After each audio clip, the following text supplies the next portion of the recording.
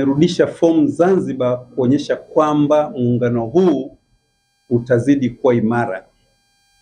Ni muungano ambao umeasisiwa na wazee wetu, baba wa taifa Mwalimu Nyerere pamoja na baba yetu wa Zanzibar Mzee Karume. Kwa hiyo tuna wajibu mkubwa wa kuhakikisha kwamba muungano unakuwa imara na una manufaa kwa wote, bara na visiwani. La pili ni kuhakikisha nchi hii inabaki na amani kama tulivyopewa na wazee wetu. Na naahidi ikimpendeza Mwenyezi Mungu nikafikia kuwa rais wa Tanzania, Tanzania itakuwa imara kama walivyoiacha baba wa taifa na mzee wetu Karume.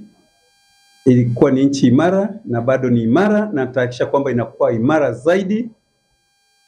La tatu ni maendeleo. Nimekuwa katika bunge la Jamhuri tokea mwaka 1995. Nikiwa kijana mdogo niliingia bungeni nikiwa na mgombea wa Zanzibar. Yeye ameanza kama waziri na baadaye waziri wa Zanzibar. Ndio maana hii timu ninaiona ni timu ambayo itakuwa ni mwafaka, kwa maana ya kwamba tutaijenga Tanzania njema. Tunaahidi wa Tanzania kwamba sasa ndo wataiona nchi ya amani, nchi yenye utulivu, nchi yenye maendeleo kwa mujibu wa vyanzo vyote vya rasilimali tulizonazo. Wataanza kuonja raha ya nchi ya maziwa na asali. Watoto wetu watakuja kupokea nchi iliyo njema kuliko ilivyo sasa. Kila kilicho cha Tanzania kitakuwa cha Watanzania kwa niaba ya watoto wetu. Tahakikisha kwamba rasilimali zote zinabaki kwa Tanzania, zilizo Zanzibar zitakuwa kwa Wazanzibari na Watanzania, na Tanzania zitakuwa kwa Tanzania na Zanzibar.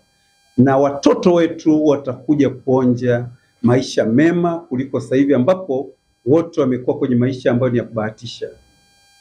Tunaahidi kwamba muungano utakuwa imara, amani itakuwa, pamoja na maendeleo yaliyotukuka ya kweli.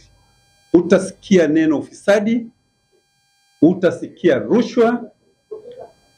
Kama sera yangu inavyotuma kwamba ya chama changu cha ADC, utakuta dirisha hospitali limeandikwa lipa hapa. Hospitali, matibabu bure, elimu bure, maisha ya Tanzania yatarudi kwenye neema.